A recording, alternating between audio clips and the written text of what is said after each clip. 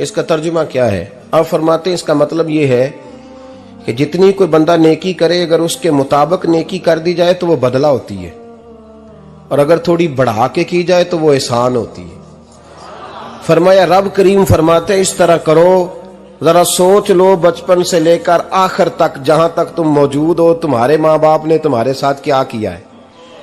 अगर उससे बढ़ा के करोगे तो इसका मतलब है तुमने एहसान किया है। माँ बाप जो होते हैं ना, ठंडी छांव, मीठी जिंदगी।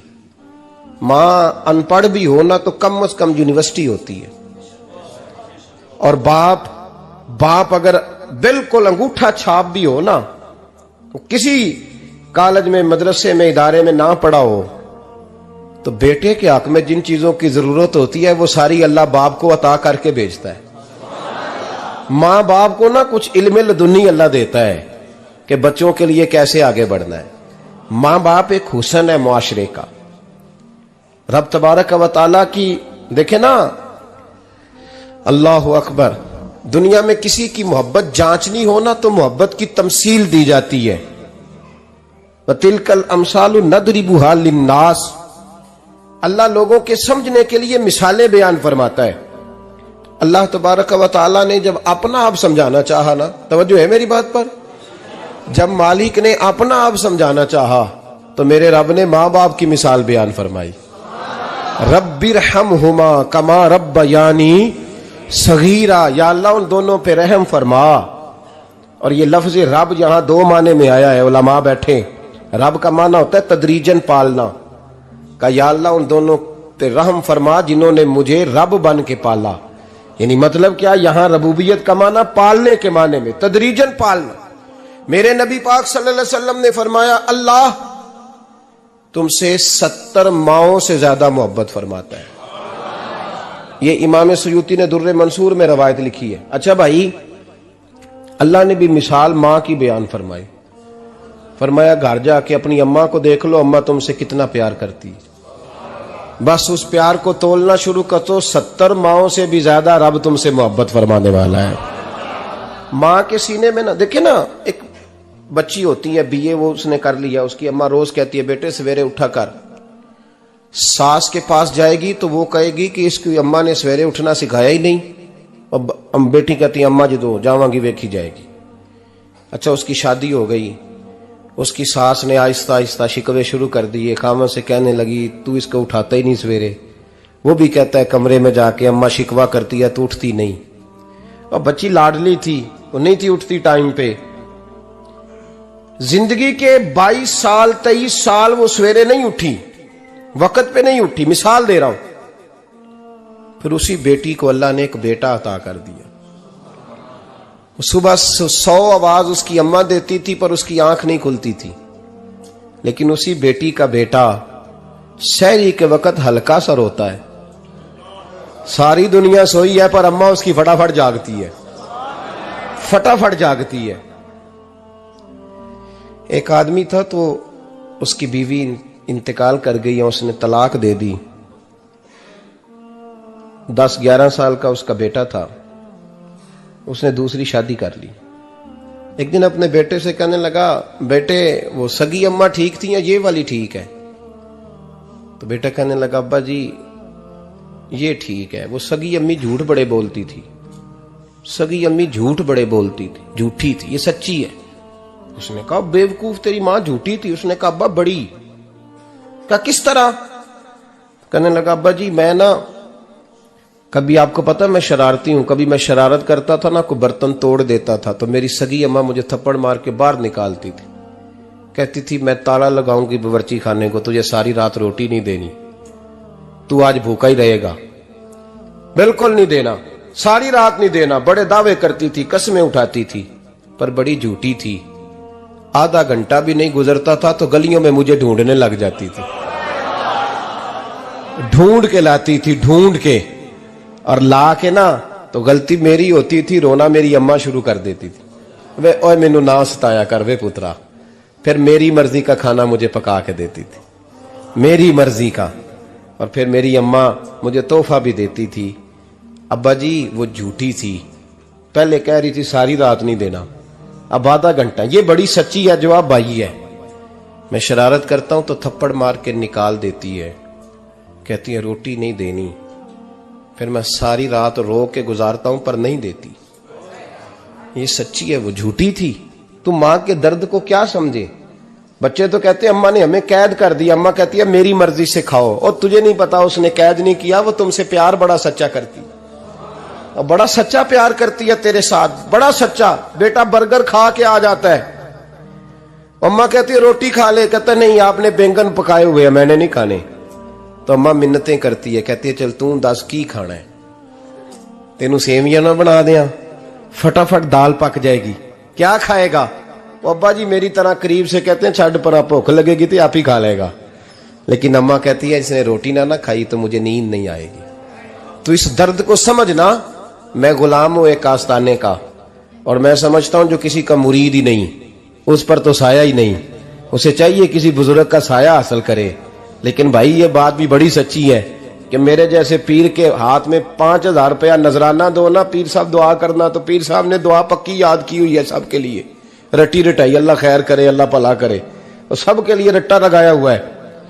और अम्मा को बेटा वैसे ही कह जाए, वैसे ही अम्मा मैं इंटरव्यू देने जा रहा हूं, जरा दुआ करना, वो बीबियां मंगा के दुआए तंजीना पढ़ाना शुरू कर देती है, और सारी सारी रात मुसल्ले पे बैठी। इस दर्द को समझना। और भाई बड़ा वेल ड्रेस बेटा होता है, वेल ड्रेस नौजवान, वो 18,000 का जोड़ा पहनता है, 7,000 का जूता खरीदता है, वो कीमती किस्म की घड़ी इस्तेमाल करता है। लेकिन उसी बच्चे के जब अपने बच्चे होते हैं ना, तो बीबी को कहता है ये ले 10,000 रुपया, बच्चों के कपड़े खरीद ले, मेरे सही है अभी कल ही तो खरीदे थे। और बाप, और तू समझा ही नहीं यार, 30 साल बाप ने जवानी सारी सऊदी अरब को दे दी, लेकिन तेरा ख्याल रखा।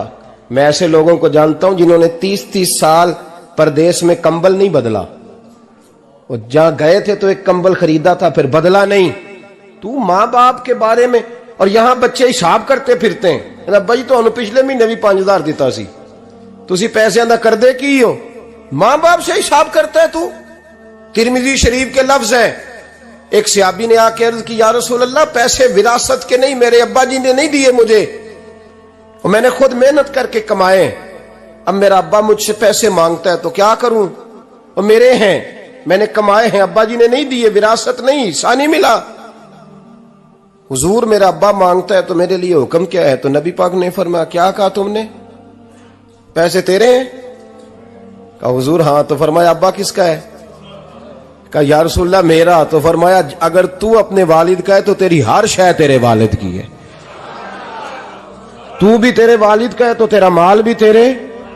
मां और बाप ये तो हुस्न है जिंदगी का, ये तो वकार है इंसान का। जब तक मां बाप का हाथ पकड़ के चलोगे ना, रास्ते सीधे रहेंगे, और जिस दिन उंगली छोड़ के सड़क पे निकलना पड़ा ना, सर चकराने लगेगा। याद रखना ये बड़ा मुश्किल काम होता है। लोगों का तो रुख ही उस दिन वादे होता है जिस दिन आदमी साये से महरूम होता है। अम्मा तो कमरे में पड़ी हो ना, औरंगजेब आलमगीर की मां फौत हो गई, 350 कमरा था महल का, और अम्मा 12 साल टांगों से माजूर रही औरंगजेब आलमगीर की। अम्मा 12 साल कमरे से निकल नहीं सकी, साथ ही वॉशरूम था या जो भी उस दौर में तरीका था। औरंगजेब जब महल में आते थे तो फिर भी सीधे अम्मा के पास जाते थे, और जब वापस निकलते थे फिर भी अम्मा के साथ। औरंगजेब की मां का जनाजा उठा तो औरंगजेब ने रोना शुरू किया। फिर सालों बीत गए पर उसके आंसू खुश्क नहीं होते थे। एक शख्स ने कहा तेरी कोई अनोखी मर गई है, सारी दुनिया की मरती हैं। उसने कहा मैं बादशाह हूं, 24 घंटे लोगों का आना जाना है, बड़े दबदबे हैं, बड़े डेरेदारियां हैं, बड़ी भैंसें, बड़ी गायें, बड़े खाने वाले, बड़े लांगरी। मेरी मां बूढ़ी थी, एक कोने में पड़ी रहती थी, पर जब से वो गई है ये मुझे महल नहीं लगता, मुझे कब्रिस्तान लगता है। मुझे लगता है ये कब्रिस्तान है। माँ और बाप तो तेरी नेमत है भाई। हम बच्चे, हमारे आजकल के बच्चों ने एक मसला बड़ा पक्का याद कर लिया, कहते मौलाना पीर साहब पसंद की शादी करना जायज नहीं। मैं कहता हूं साहब और भी बड़ी चीजें जायज है, सिर्फ एक ही शय जायज रह गई है। रसूल पाक सल्लल्लाहु अलैहि वसल्लम सिवाय अल्लाह के किसी के पाबंद नहीं, किसी के पाबंद नहीं। पर जनाब सैयदा खतीजतुल कुबरा रदी अल्लाह ताला अन्हा ने पैगामे निकाह दिया, या रसूलल्लाह मैं शादी करना चाहती हूँ, हुजूर किसी के पाबंद नहीं। पर मेरे महबूब ने फरमाया मेरा चचा मेरे वालिद की जगह है, मैं अपने चाचा से पूछ के तुम्हें जवाब दूंगा। यह है पसंद की शादी जो मेरे नबी ने बयान फरमाई है। तू सारा कुछ क्रॉस कर करके गुजर जाता है। यहां तो हाल यह है कि पालने वाला कोई और साये में बैठने वाला, बाग तेरे दी कर कर राखी मैं सारी उम्र गुजारी, तो जदों ये फल पकन ते आया ते लै गए होर व्यापारी। और बेटा गुजरता है अम्मा के दरवाजे के आगे से, अम्मा के दरवाजे के आगे बेटा अमरूद लेके आया है 6 किलो। तवज्जो है मेरी बात पर? इधर देखें जी, छोड़ें थोड़ी देर हमारी सुने। वो अमरूद लेके आया 5-6 किलो, तो अम्मा के दरवाजे के करीब से गुजर गया रात को।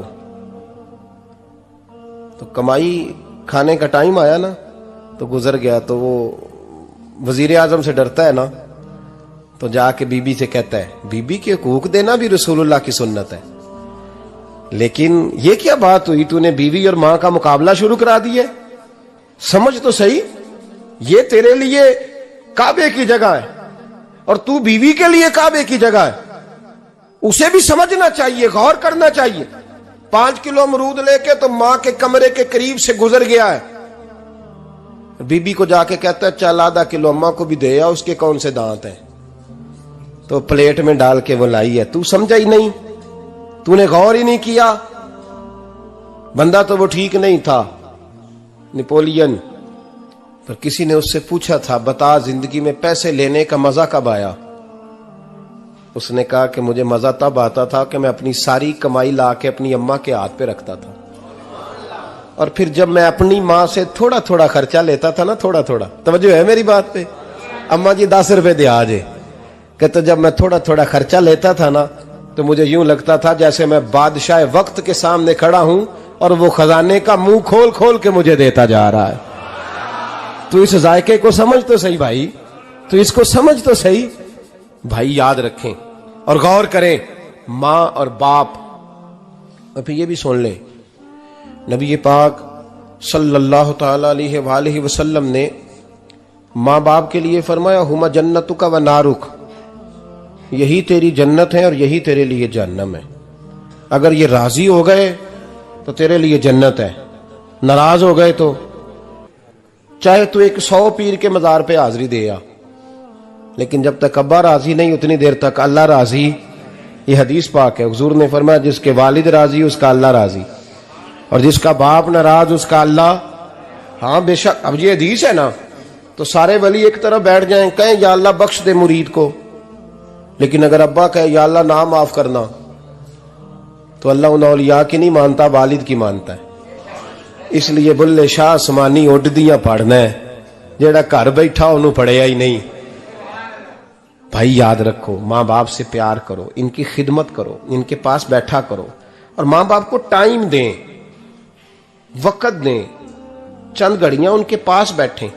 आप यकीन करें, अब्बा जी से आप मशवरा कर ले, सिर्फ मशवरा, मर्जी बेशक अपनी करें, लेकिन उस मशवरे में आपको इतना साया मिलेगा कि जिंदगी में कभी नाकामी नहीं होगी। पर असी सज्जन दी मन्नी, अब्बे दी नहीं मन्नी। वो फटे पे जो नलायक हमारी तरह का बैठा है उससे मशवरा लेना है, वालिद से नहीं लेना। बाप के पास बैठे, उससे मशवरा लें। मेरे अब्बा जी किसान थे, मैंने अपनी जिंदगी में ढेरों चीजें अपने बाप से सीखी हैं, दर्जनों चीजें सीखी हैं। मेरे वालिद बड़े खुददार थे, मिजाज में अजीब सी खुददारी थी। कोई बंदा कभी हाल पूछ लेता था ना कि हालात किस तरह के हैं, तो फरमाते थे भाई अगर बताना हुआ तो अपने अल्लाह को बताऊंगा। अल्हम्दुलिल्लाह बड़ा फजल है, मैंने उनके हाथों पे हमेशा छाले देखे, हमेशा छाले, लेकिन उनका हाथ कभी किसी दुनियादार के सामने फैलता हुआ नहीं देखा। लोग मुझे कहते हैं आप किस पीर साहब के साहबजादे हैं, तो मैं कहता हूं मैं उस पीर का साहबजादा हूं जिसने मेहनत करके हलाल की कमाई खाई सारी जिंदगी। ये लोग पीर नहीं होते, ये मुर्शिद नहीं होते, और मैंने दर्जनों चीजें सीखी उनसे। तो सीखने तो बैठ, तुझे हजारों चीजें मिलेंगी।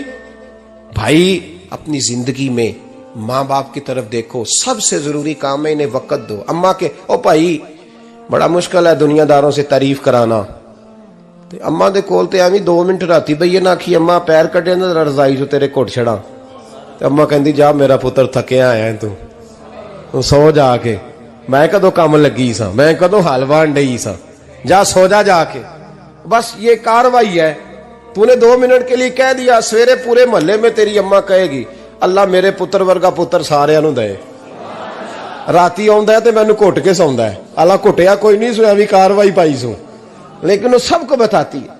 तो भाई इतनी कीमती चीज और तू छोड़ के मैं कभी जलसे से देर से आता था ना, अब तो जाता नहीं ज्यादा जगहों पे, कोशिश करता हूं कि चलो माहौल के मुताबिक, थोड़ा खुश्क आदमी हूं तो हर जगह सेट नहीं हो पाता, इसलिए कम जाता हूं। तो कभी रात को आते थे ना देर से, मेरी अम्मा जी शुगर की मरीज थी, तो मैं छोटे भाई को फोन करता था कि अम्मा जी सो गए, कहने सो गए।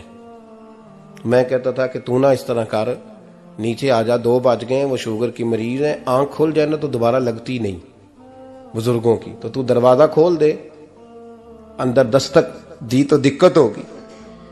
तो मैं जूते उतार के अंदर दाखिल होता था, तो पहला कदम रखता था तो मेरी अम्मा बोल पड़ती थी पुत्र आ गए, आ गए। ओ भाई तू इस दर्द को समझना, कोई तुझे मिलेगा, कोई मिलेगा तुझे ऐसा।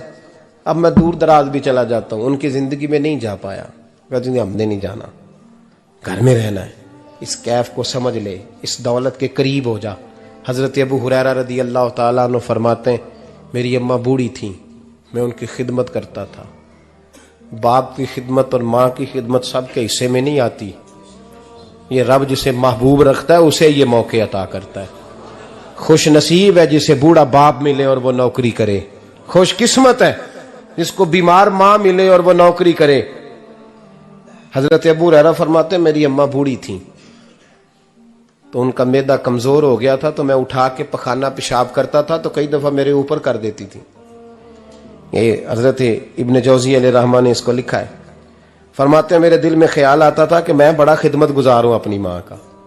एक दिन मैं हजरत उमर के पास बैठा था उनके दौरे खिलाफत में, तो एक शख्स आ गया।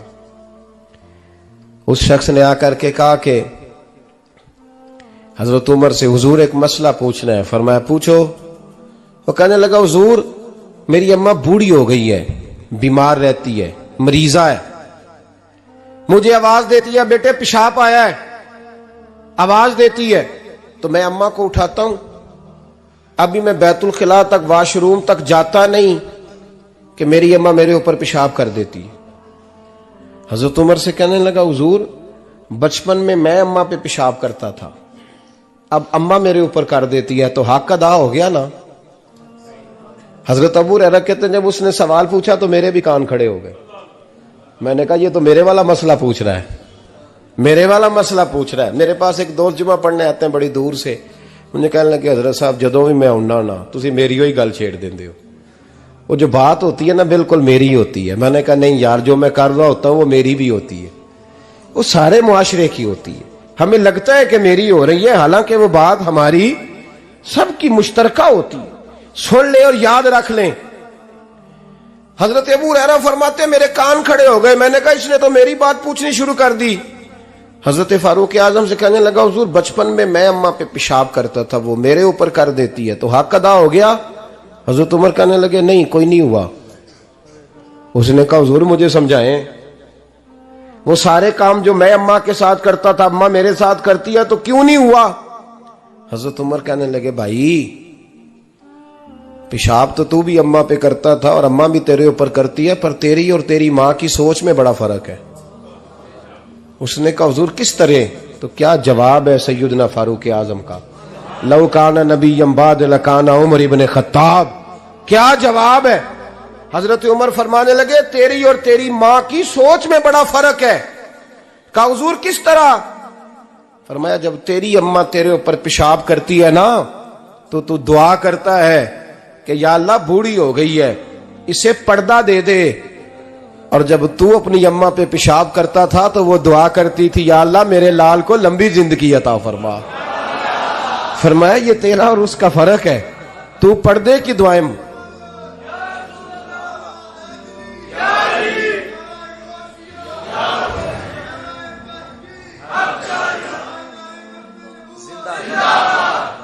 सुने अजीजों, कहा जब तेरी और तेरी मां की सोच में, और नबी पाक सल्लल्लाहु अलैहि वसल्लम ने फरमाया है जितने भी गुनाह इंसान करता है ना, अल्लाह करीम सजा को रोक देता है, कयामत में सजा देगा। और जो माँ बाप का नाफरमान है ना, उसको दुनिया में भी सजा मिलेगी। जो माँ बाप का नाफरमान है उसे दुनिया में भी, आप यकीन करें, बच्चे थोड़ा सा पढ़ जाते हैं बेचारे, तो माँ बाप से कहते हैं अब्बा जी तुसी पुराने दौर दे हो, तो की पता होवे, और तुझे पता ही नहीं भाई, तुझे खबर ही नहीं, ये पुराने दौर के नहीं, तू बेवकूफों के दौर का है, तू समझ ये कोई तालीम है। अकबर अलाहाबादी ने कहा था हम ऐसी लाखों किताबें काबिले जब्ती समझते हैं, जब्त करने को दिल करता है, हम ऐसी लाखों किताबें काबिले जब्ती समझते हैं जिनको पढ़ के बेटे बाप को खबती समझते हैं। बात करने वाली मां और बाप इतना बड़ा दर्जा है। और भाई सुन लो और इस बात को याद रखना, दुनिया में सियाबी होने से बड़ी विलायत कोई नहीं। सारे वली गौस कुतुब अब्दाल मिलके भी सियाबी के कदमों की खाक तक को नहीं पहुंच सकते, लेकिन हजरत अवैसे करनी सियाबी नहीं बन सके, सिर्फ अपनी अम्मा की वजह से पीछे रहे। महबूब ने फरमाया तू वहां रह के मां की नौकरी कर, तेरा नबी तुझसे राजी है। इतना बड़ा काम उन्होंने छोड़ दिया, हुजूर की जाहिरी जियारत नहीं कर पाए, और तू कहता है मैं फलाने पीर साहब के आस्थाने पे होता हूं, अम्मा बड़े भाई के पास होती है, मैं जाता हूं तंजीमों के साथ, जमातों के साथ, और अम्मा फलाने के साथ। ये कैसी बात हुई? ये किस तरह का मसला हुआ? जो तेरी ड्यूटी है उस ड्यूटी को पहले अदा कर, नौकरी को पहले कर, फराइज का अदायगी पहले कर। तू फर्ज छोड़ के नफल के पीछे जा रहा है, इस काम को पहले सर अंजाम दे। मेरे नबी पाक सल्लल्लाहु अलैहि वसल्लम ने फरमाया वालिदैन के नाफरमान को दुनिया में सजा मिलती। हजरत मालिक बिन दिनार रहमतुल्लाह ताला अलैह फरमाते मुझे अल्लाह ने 60 हज करने की तौफीक अता फरमाई। कितने? बोल के बताएं। जिस बंदे के पास इतने पैसे हों कि हज पे जा सके, आ सके, और जितने दिन रहना है घर वालों को खर्चा दे सके, उस पर हज करना फर्ज है। पता है आपको? उस पर हज करना, इसलिए बयान कर रहा हूं कि हज की दरखास्तें जा रही हैं। हम पता क्या कहते हैं? हम कहते हैं बच्चे बड़े होंगे, शादी करूंगा फिर जाऊंगा। ये किसने फतवा दिया है?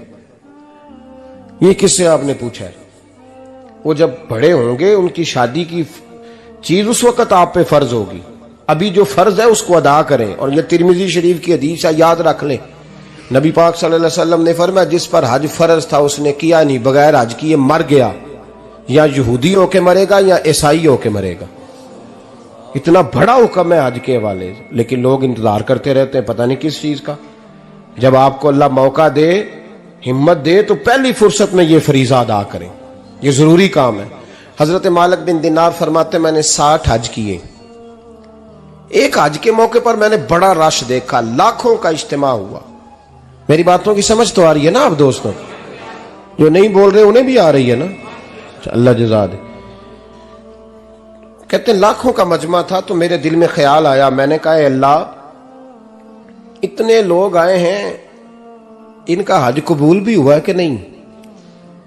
फरमाते मैं सोच रहा था तो रात को ना ख्वाब में मैंने किसी कहने वाले को कहते हुए सुना कि सब का कबूल हो गया है। बल्ख का रहने वाला मोहम्मद बिन हारून बल्खी है, उसका हज कबूल नहीं हुआ। फरमाते हैं शहरों के अलग-अलग खैमे लगते थे। अब भी आप हज करने जाएं तो पाकिस्तानियों की रिहायशें अलहदा होती हैं, इंडियन की अलहदा, बांग्लादेश के अलहदा, मिस्री, यमनी, सब लोग अलग-अलग रिहायशें होती, झंडे लगे होते हैं मुल्कों के। कहते मैंने सवेरे उठ के ढूंढना शुरू कर दिया, ढूंढता हूं वो बंदा मिले। कहते जहां बल्ख शहर के लोग रहते थे वहां चला गया, तो मैंने लोगों से पूछा तुम में मोहम्मद बिन हारून बल्खी कौन है? लोग कहने लगे वो तो बड़ा नेक आदमी है, परहेजगार है, बड़े भोले भाले, बड़े अल्लाह वाले, रियाज आपको बस हम ही जानते हैं, वो तो बड़ा नेक है, परहेजगार आदमी। कहते मैंने कहा अच्छा कहां है? उन्होंने कहा पहाड़ के पीछे उसने खैमा लगाया हुआ है, सारी रात इबादत करता है, सारा दिन रोजा रखता है, कायमुल लैल है, साइमुद दहर है। क्या बात? फरमाते मैं उन लोगों की बात सुन के हैरान हो गया कि मुझे क्या बताया गया, ये क्या कह रहे हैं। फरमाते मैं पहाड़ के पीछे गया। हजरत मालिक बिन दिनार अलैहि रहमा फरमाते हैं जब मैं वहां पहुंचा तो मैंने उस शख्स को मुसल्ले पे बैठे देखा। कसरत इबादत के आसार उसके वजूद पर नजर आ रहे थे। सीधा बाजू उसका कटा हुआ था। फरमाते 2 रकते मुकम्मल करके ना मैंने उससे अस्सलामु अलैकुम कहा तो मुझे कहने लगा वालेकुम अस्सलाम, आप मालिक बिन दिनार हैं। मैंने कहा बड़ी इसकी फिरासत है। फरमाते फिर उसने ठंडी सांस ली, कहने लगा आपको ख्वाब आई होगी कि मेरा हज कबूल नहीं हुआ। फरमाते हैं मुझ पर और बिजली गिरी कि क्या कह रहा। फरमाते मैंने कहा यार लोग भी तेरी तारीफ कर रहे हैं और तेरी बसीरत भी बड़ी है, तो ये माजरा क्या है। कहने लगा आप ना पूछें। ये कह के उसने रोना शुरू किया, देर तक रोता रहा। मैंने कहा नहीं यार तू बता। कहने लगा नहीं आप ना पूछें, आप नाराज होंगे। मैंने कहा मैं नहीं होता, तू बोल ना। कहने लगा हुजूर 24 साल हो गए मुझे हज करते हुए, 24वां हज है मेरा, और हर साल कोई अल्लाह का वली आके बताता है कि जा चला जा तेरा कोई नहीं कबूल हुआ। बेपरवाही वेख सज्जन दी जिथे किसे दी पेश ना जावे, उन्हें ताजा वाले दर दर रोले ते मंगते तख्त बिठावे। आजम किसे नु कारा मिलदा ही कोई काबे ओ खाली आवे। कहते हैं उसने मुझे कहा हुजूर 24वां हज है, हर साल कोई बताता है। मैंने कहा तेरी गलती। कहने लगा मैं अपनी मां का नाफरमान। मैंने कहा वाकया क्या हुआ। कहने लगा हजरत अल्लाह ने मुझे दौलत दी, माल दिया, जमीनें दी, तो मैं अय्याश हो गया। आप यकीन करें अल्लाह लोगों को माल देता है तो वो समझते हैं मेरी चालाकी से आया है, मैं तेज बड़ा था इसलिए आया है, नाफरमान होते हैं। लेकिन जो रब लेना जानता है देना जानता है वो लेना भी। वारस शाह मान करी ना वारसा दा, रब बेवारसा करके मार दई। लोग बड़े स्मार्ट बन जाते हैं, उनकी गुफ्तगू में बड़ा तकब्बुर होता है, उनके निगाहों के अंदाज में बड़े वो कहते हैं ओहो सब लोग बेवकूफ हैं, सिर्फ मैं सियाना हूं, काम जो सही चल रहा है। ओ भाई 1 मिनट लगता है इंसान को बादशाह से फकीर होने में। एक इमाम मालिक रहमतुल्लाह अलैह बैठे थे तो हारून रशीद आपसे कहने लगा इमाम अबू मालिक से, हजरत बताएं इस वक्त अल्लाह क्या कर रहा है। आप फरमाने लगे यार तू बड़े मोटे दिमाग का है, किस तरह के सवाल पूछता है। बादशाह था ना, कहा नहीं आप बताएं। तो इमाम मालिक फरमाने लगे तू तख्त पे बैठ के सवाल पूछता रहता है और मैं नीचे बैठ के जवाब देता रहता हूं, नीचे आ फिर बताता हूं। उसने कहा जनाब बताएं। फरमाने लगे तू सवाली है ना, तो तू नीचे बैठ और मैं ऊपर बैठता हूं। क्या जनाब आ जाए। हारून रशीद नीचे आ गया, इमाम मालिक तख्त पे बैठ गए। फरमाने लगे अब बता क्या पूछ रहा था। कहने लगा हुजूर पूछा था अल्लाह इस वक्त क्या कर रहा है। फरमाने लगे रब इस वक्त तुझे समझा रहा है कि इस तख्त पे तकब्बुर न करना, 1 मिनट लगता है मैं तुझे उठा के मालिक को बिठा दिया करता हूं, ये तुझे समझा रहा है, लिहाजा इस समझ पे कायम रहना, तकब्बुर न करना, 1 ही तो मिनट लगता है, ये तुझे समझा रहा है। तो वो शख्स कहने लगा मोहम्मद बिन हारून बल्खी इमाम मालिक बिन दिनार से कि हुजूर बड़ी दौलत थी तो मैं अय्याश हो गया था। रमजान का महीना था, अम्मा तंदूर में रोटियां लगा रही थी, मैं शराब पी के घर आ गया। हमारे यहाँ ये भी फैशन है ना, अब मेहंदी वाले दिन चौधरी साहब के डेरे पे जवान शराब पीते हैं तो पूछते हैं हाजी साहब आप तो हाजी भी हैं तो डेरे पे मुंडे क्या करते रहे। कहते मैं डेरे तो था मैनू नहीं पता, वो कार लगे सन। हाजी साहब आपको सारा पता है और अल्लाह आपसे पूछ लेगा। यहां तो कोई आदमी चुप कर जाएगा आपके किलों की वजह से, लेकिन अर्श के मालिक को भी तो जवाब देना है कि नहीं। क्या तरीका है देखे ना, कोल वाले दिन महफल और मेहंदी वाले दिन अल्लाह से सिर्फ दुखों का रिश्ता है, रसूलुल्लाह से सिर्फ गमों का रिश्ता है। अगर तूने ढोल ढमक्का शोर शराबा किया है शादी वाले दिन तो कोल वाले दिन भी बजा, तेरा पता चले, जनाजे पे भी बजा। क्या तमाशा है। मजहब सिर्फ रस्म है, जरूरत है, कोई मर गया तो कुरान पाक खोल लो, बाकी जो मर्जी करो। हज भी कीती जांदे हो, लहू भी पीती जांदे हो, खो के माल यतीमां दा भेज मसीती जांदे हो, फट दिलां दे सींदे नहीं, टोपियां सीती जांदे हो, नफ्स ते छुरी फेर दे नहीं, बकरे कीती जांदे हो, फर्ज भुलाई बैठे हो, नफला नीति जांदे हो, ओ दसो ते सही बुल्ले नू ए की कुछ कीती जांदे हो, ओ दसो ते सही बुल्ले शाह नू की कुछ कीती जांदे हो। कोई तरीका है? कोल शरीफ पे मौलवी साहब तशरीफ लाइएगा, अब्बा जी के कोल है, तो मैं तो कहता हूं बजा ना बैंड बाजे वाला आज भी, तेरा पता चले कि ये दो काम कैसे होते हैं। तू किस तरह दो कश्तियों का, समझ नहीं आती बात की। मैं तो जाता ही नहीं बैंड बाजे वाली शादी पे, मैं कहता जिनको मर्दी पढ़ा लो ने कहा, हमसे नहीं दो काम होते। अल्लाह रोजी देने वाला है, एक ही करते हैं, दो रंगी छोड़ के यक रंग हो जा, सरासर मोम हो जा या संग हो जा, मौज करो। हम इस चक्कर में पड़ते ही नहीं, हम वो रास्ता ही छोड़ देते हैं जो हमारी तबीयत के मुताबिक नहीं होता, बस खत्म हो गई बात। इसलिए गौर करें और याद रखें इस बात को। इमाम मालिक बिन दिनार रहमतुल्लाह अलैह फरमाते हैं, मुझसे कहने लगा पैसे आए तो मैं अय्याश हो गया। रमजान का महीना था, असर के बाद मेरी अम्मा इफ्तारी की तैयारी कर रही थी, मैं गया, मैंने कहा शराब पी हुई, अम्मा रोटी दे, तो अम्मा कहने लगी शर्म कर, शर्म कर, रोजा रखा नहीं तो जिन्होंने रखा है उनका तो ख्याल कर। कहते अम्मा की बात का मुझे गुस्सा लगा, मैं कहा करता हूं बदनसीब है वो बेटा जिसका बाप उससे बात करते हुए डरता है कि पता नहीं कहां से बोलेगा। बदनसीब नहीं वो बेटा जिसकी मां उससे बात करते हुए सहम जाती है कि पता नहीं कौन सी बोली बोलेगा। बदनसीब नहीं कि मां बाप भी जिससे खोल के बात ना कर सके। हजरत मालिक बिन दिनार से कहने लगा, अम्मा ने जब कहा ना शर्म कर, तो मुझे गुस्सा आया, मैंने मां को थप्पड़ मारा और मेरी मां जलते हुए तंदूर में गिरी।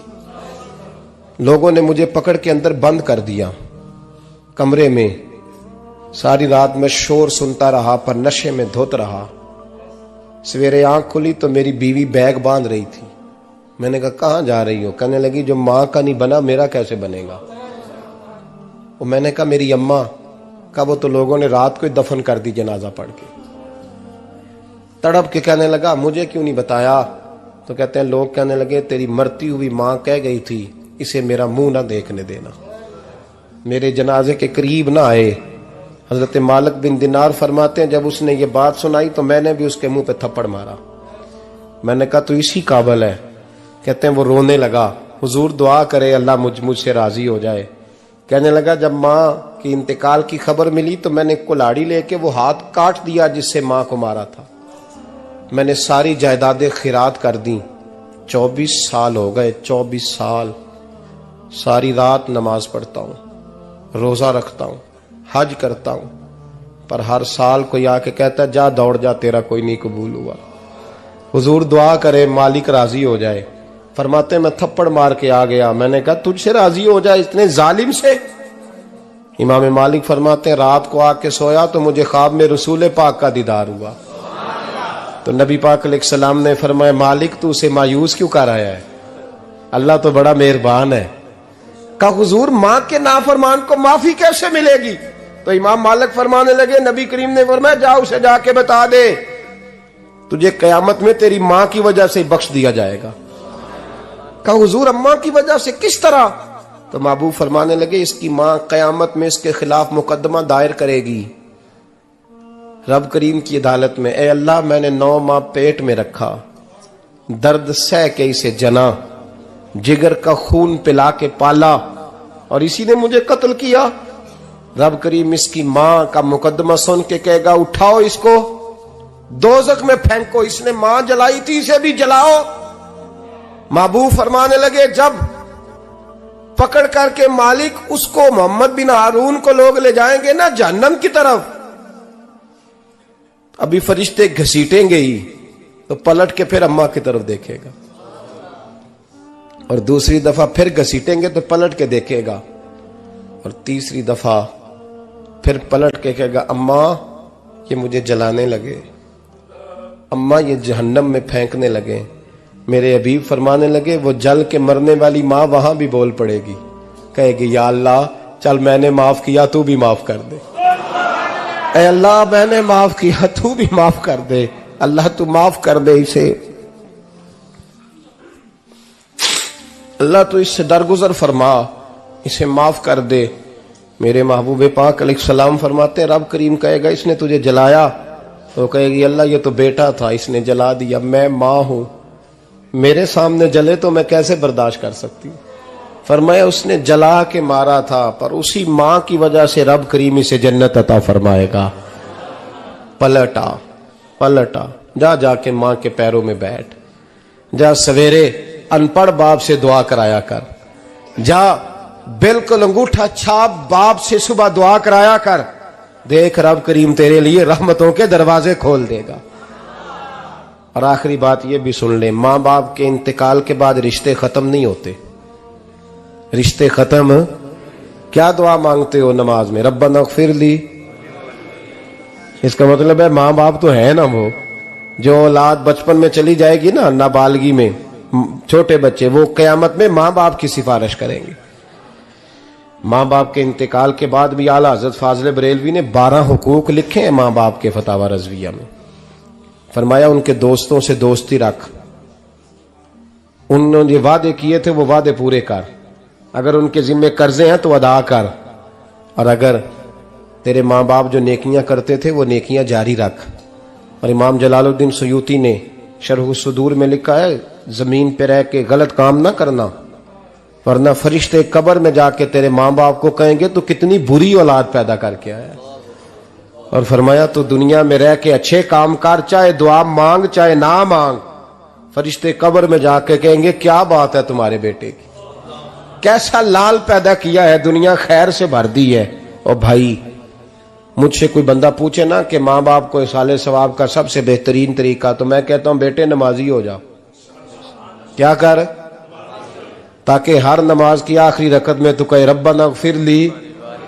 नमाज अल्लाह की, जिक्र माँ बाप का, अल्लाह ने रख दिया है। रब्बना इग़फिर ली हर नमाज की हर आखिरी रकत में खत्म शरीफ पढ़ा जाएगा। और नमाज के अंदर पढ़ेंगे इंशाअल्लाह ताला, पढ़ेंगे नमाज इंशाअल्लाह, वादा नहीं करा रहा। दाढ़ी किसकी सुन्नत है? नहीं, जिन्हें नहीं रखी हो बोलो, जिन्हें रखी हो तो बोलन डाया ने। किसकी सुन्नत है? तो सरकार के गुलामों ने रखनी है, किसी और ने रखनी है? गुलाम कहते हैं अभी हम नेक ही नहीं, नेक होंगे तो रखेंगे। वो खुदा के बंदो, नेक तो सारी जिंदगी बंदा नहीं होता। कभी किसी ने दावा किया है वली गौस कुतुब ने कि अब मैं बिल्कुल गुनाह नहीं करता, मैं पाक साफ हो गया हूं? किया कभी? ये शैतान का वसवसा है। दाढ़ी हुजूर की सुन्नत है, और रखो तो नबी पाक की मर्जी के रखो, पूरी मुट्ठी रखो, अपनी मर्जी की ना रखो। जितनी मुझे अच्छी लगती है उतनी मैंने रख ली। एक मुट्ठी दाढ़ी रखें, सारी दुनिया की ट्रेनें गुजरती हैं तो गुजर जाएं, नमाज का वक्त नहीं गुजरना चाहिए। बस खत्म हो गई बात। दुनिया तो चंद रोज है, ओ पईयां देश दियां कबरां जिन्हां ते फुल पे, उधरों कोई नहीं जी आमदा ते इधरों लखां गए। नमाज सबसे पहले, इसलिए कि रब रसूल के बगैर हमारा गुजारा ही नहीं, गुजारा ही नहीं। नमाज, कुरान पाक और दुरूद सलाम, ये कज़ा होना ही नहीं चाहिए, जो मर्जी हो जाए। और साथ साथ सुन्नत और शरीयत का लिहाज करना सीखें। और मेरी अपील ये है, हर इमारत पे गुलाफ नहीं चढ़ता, सिर्फ खाना काबा पे चढ़ता है। हर किताब का गुलाफ नहीं होता, सिर्फ कुरान पाक का होता है। हर बीबी का पर्दा नहीं होता, सिर्फ मुसलमान औरत का होता है। जो चीजें पर्दों में होती हैं ना, वो मुकद्दस होती हैं। और भाई टाफी से भी रैपर उतार दो तो मक्खियां बैठने लगती हैं। तो जो बीबी पे पर्दा होगी उस पे बुरी नजरें नहीं जमेंगी। ड्यूटी है आपकी, बेटियों को पर्दा कराएं, बहनों को पर्दा कराएं, माँ बाप माओं को गुजारिश करें। पर्दा हुस्न है मुसलमान का।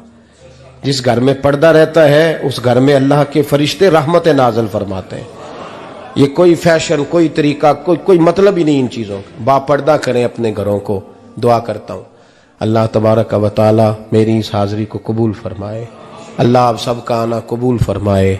और जो कुछ मैंने कहा, अल्लाह तबारक व तआला हमारे दिलों में, हमारी रूहों में इस जज्बे को जागुज़ी फरमाए। आखिर दावाना अल्लाह सलामत रखे। अब काफी नहीं हो गया काम? मैं तकरीर भी इतनी करता हूँ 35-40 मिनट की, यहां तो कुछ ज्यादा हो गई है मेरा ख्याल है। तो थोड़ी बात करने की कोशिश किया करता हूँ। चलो मेरी राय यह है कि खुराक थोड़ी हो तो हजम जल्दी हो जाती है। अरसलान साहब से मैंने कहा मेरा खाना ना पकाना। मेरा मौक़िफ़ ये है कि महफ़िलें सस्ती करनी चाहिए ताकि ज्यादा होनी शुरू हो जाए। महंगी बड़ी है, इसलिए मैं दस ना माड़ा बंदा ते हाथ ही नहीं ना पाता। तो मैं कहा करता हूं कि कम से कम खर्चा हो। हमारे करोड़ों रुपया सालाना लगता है महफिलों पर, अगर अरबों कह दूं तो फिर भी बात गलत, लेकिन उसका रिजल्ट हमें उस तरह का नहीं मिलता जिस तरह का मिलना चाहिए। लेकिन आपने अजमत वालदैन पे प्रोग्राम किया। मेरी राय यह है कि हुकूके ज़ौजैन पे भी होना चाहिए, और शादी से पहले हर बच्चे को मियाँ बीवी के हुकूक का पता होना चाहिए। बाद में 3 तलाकें दे के आ जाते हैं, कहते हैं मैंने पता ही नहीं सी। तो अगर पहले पता कर लेंगे तो ये तमाशा नहीं लगेगा, लेकिन ये काम होता नहीं। बहन भाइयों के हुकूक पर बात होनी चाहिए, ये बड़े जरूरी काम है। और ये भी सारा मेरे नबी पाक का मिलाद ही है, इसलिए कि ये बातें मुस्तफ़ा ने सिखाई हैं हमें सल्लल्लाहु। एक बात कही हजरत ने, मैं अर्ज कर देता हूं। मुहद्दिस इब्न जौज़ी रहमतुल्लाह अलैह एक बुजुर्ग के बारे में फरमाते हैं, वो कहते हैं कि बाज लोगों ने तो उनका अपना नाम लिखा है और बाज जगह पे एक और बुजुर्ग का जिक्र है, और बयान रवायत हज़रत मुहद्दिस इब्न जौज़ी फरमाते हैं। वो कहते हैं कि मैं घर में कोई काम कराना था, काम होते हैं ना छोटे मोटे घर में, तो फरमाते हैं मैं मजदूर लेने गया बगदाद में। चौकों पे मजदूर सारी उम्र का मजदूर ही है ना बेचारा। अमीर तो अमीरतर होता जा रहा है और गरीब गरीबतर हो। हमारे तो पीर भी लोगों को कह रहे हैं फकीर हो जाओ, खुद अमीर होते जाते, खुद रोज बरोज अमीर हो रहे हैं, दुनिया को कह रहे हैं फकीर हो जाओ। तुम भी तो थोड़ा फकर इख्तियार करो ना भाई, जो दर्ज दे रहे हो। इल्ला माशाअल्लाह, सबकी बात नहीं करता। फरमाते हैं कि मैं ना मजदूर लेने गया, बगदाद के चौक में मजदूर बैठे होते थे, तो मेरी उन मजदूरों में से ना एक नौजवान बच्चे पे नजर पड़ी। बड़ा कमजोर सा वजूद था, लेकिन चेहरे पर इबादत का निशान था। माथा बताता था कि नमाज का बड़ा ख्याल रखता है। मैं उसके करीब गया, चेहरे भी बड़ा कुछ बताते हैं ना, चेहरों में भी बड़ी रानाई होती है। फरमाते हैं मैं करीब गया, मैंने उसको कहा बेटे मजदूरी करोगे? तो कहने लगा मजदूरों में बैठा हूं तो हुजूर मजदूरी के लिए ही तो बैठा हूं। तो मैंने कहा कि चलो फिर। कहने लगा नहीं मेरी कुछ शर्तें। मैंने कहा बताओ? कहने लगा पहली शर्त यह है कि लोग 4 दिनार दिहाड़ी लेते हैं, मैं 3 दिनार लूंगा। मैंने कहा यार बे तो बड़ी बेहतरीन है, बाकी भी इस तरह की रख ले। उसने कहा हुजूर दूसरी शर्त यह है कि मैं आपकी मुकम्मल बात मानूंगा, लेकिन जब अजान हो जाएगी फिर आपकी नहीं सुनूंगा। तीसरी बात उसने ये की कि हुजूर मैं आपके घर में काम करूंगा पर आपके किसी सवाल का जवाब नहीं दूंगा। कहते हैं मैंने कहा यार तू बड़ा अजीब है, शर्तें तो मालिकों की होती हैं। कहने लगा जी बहरहाल मैं शर्तें लगा के जाता हूं। फरमाते मैं उसे घर ले आया, काम मैंने उसको बताया, तो जो काम मजदूर सारे दिन में करता है ना उसने 2 घंटे में कर दिया। हमारे मजदूर सिगरेट पीने में भी तो आधा घंटा लगाते हैं ना, वो चाय पीने जाएं तो पौना घंटा वहां। उनको भी तो दयानतदारी करनी चाहिए कि नहीं करनी चाहिए? ने मुआहदा किया है ना जी, तो पूरा उतरना चाहिए ना। कहते 2 घंटे में। अब काम जब बंदा शुरू कराता है तो काम और निकल आता है। कहते काम मैंने उसको और बता दिया, वो करने लगा। उसने मिट्टी निकाल के रखी थी बाहर रास्ते में, तो अजान हो गई जोर की। उसने वहीं कुदाल छोड़ी कई और चलने लगा। तो मेरा बेटा कहने लगा इसको जरा बराबर कर दो। कहने लगा चुप कर जा, तेरे बाप से बात हुई थी, जब अजान होती है तो मैं किसी और की नहीं सुनता, सिर्फ अल्लाह रसूल की सुनता हूं। कहते हो मस्जिद चला गया, नमाज पढ़ के आया तो दोपहर का वक्त था। मेरी बीबी कहने लगी इसको को खाना खा ले। कहते हमने कहा खाना खा लो, तो कहने लगा मैंने रोजा रखा हुआ, रमजान भी नहीं था, नफली रोजा रखा हुआ। फरमाते हैं शाम हुई, मैंने 3 दिनार दिए, तो मैंने कहा तेरा नाम क्या है? कहने लगा मैंने आपसे कहा था मैं किसी सवाल का जवाब नहीं दूंगा। तो वो चला गया। अगले दिन मैं फिर लेने गया उसे, काम कुछ और निकल आए, तो लोगों ने बताया वो सिर्फ हफ्ते वाले दिन आता है। मैंने कहा क्यों? कहने लगे जी वो कहता है मेरा हफ्ते का खर्चा 3 दिनार है, जब 3 दिनार कमा लेता हूं तो बाकी सारा टाइम अल्लाह रसूल की जिक्र में गुजार दिया करता हूं। फरमाते हैं जी अगले हफ्ते मैं फिर लेने गया, मैंने पूरा हफ्ता इंतजार किया कि काम उसी से कराना है। मैं जब गया तो मैंने कहा चलो। कहने लगा मेरी शर्तें याद है ना? और मैंने कहा याद है भाई, साथ चल। फरमाते हैं काम कराया, 2-3 हफ्ते वो आता रहा। एक हफ्ते में गया तो लोगों ने कहा हुजूर आज नहीं आया। क्यों? कहने लगे बीमार हो गए। कहाँ घर है? कहने लगे बगदाद के कब्रिस्तान के पीछे जो कच्ची आबादी है उसमें रहता है।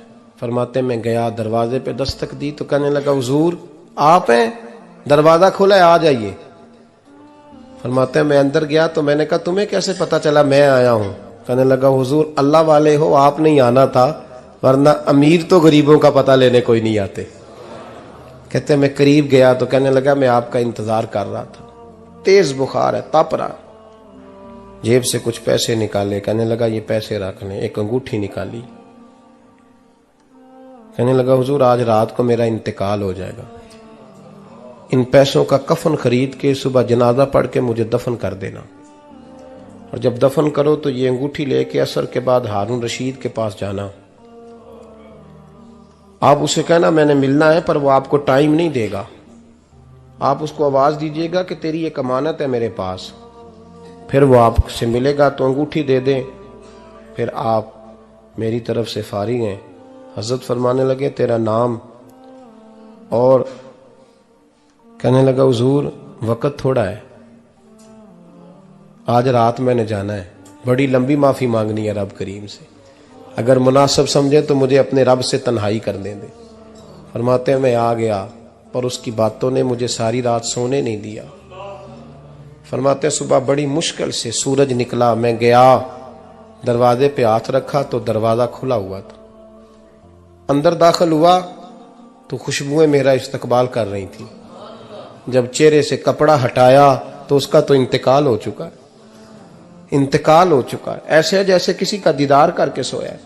कहते मैं तो 2 आदमी ले गया था जनाजे पे, पर पता नहीं दुनिया किधर किधर से आई, कहां कहां से। अखां जदों मीटियां जमाना मैनू रोवेगा, अपना ते अपना बेगाना मैनू रोवेगा, अपना ते अपना।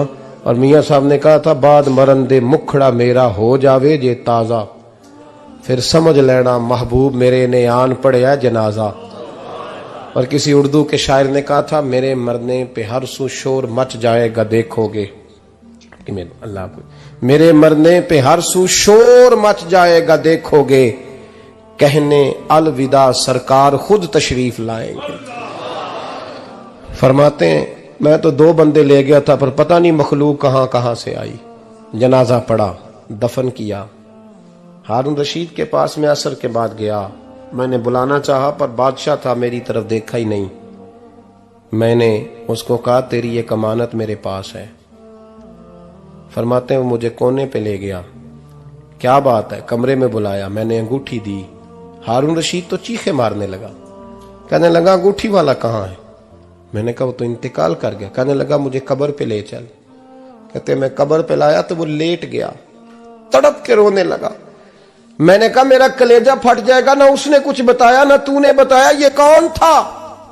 तो हारून रशीद कहने लगा ये मेरा बेटा था। मैंने कहा तेरा बेटा और मजदूर?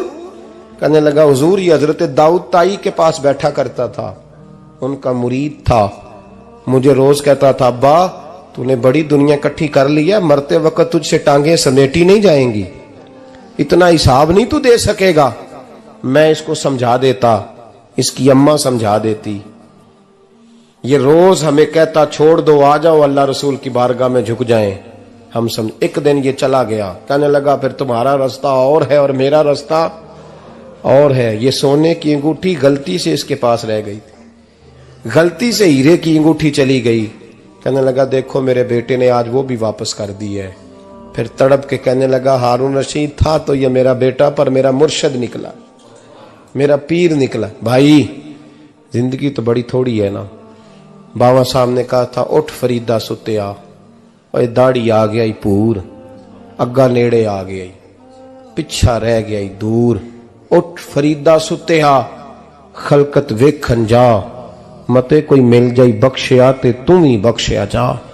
उठ फरीदा सुत्या झाड़ू दे मसीत, तू सुते रब जागदा तेरी डाडे नाल परीत। मेरा रब हमें भी अपनी बारगाह में कबूल फरमाए। आखिर दावाना अनिल हम्दुलिल्लाह।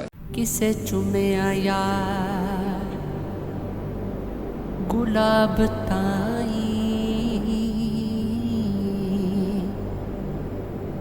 किसे जाके कलीनो चुमया है, किसे चुमिया यार दी चौखट नूं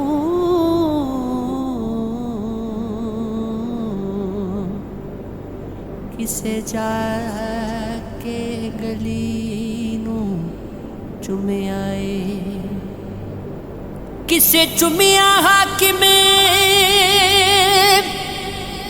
वो सताई